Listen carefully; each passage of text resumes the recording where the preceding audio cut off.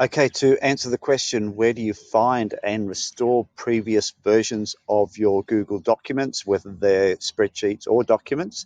Uh, Here we are in a document here.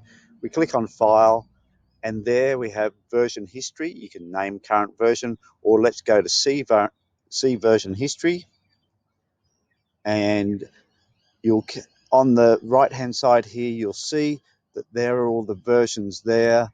Uh, if you click on one of those, it shows you what changes have been made there and who made the changes. So Sky Owen made these changes here, made some suggestions there, and you can go back through and restore any one of these versions. So if I wanted to restore to 7th of June, I click on that particular version and then I go restore this version.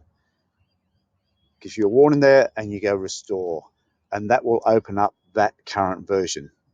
Okay, so you can go backwards and forwards in versions as much as you like. If I go back and go see version history, I'm going to change that back to the correct version.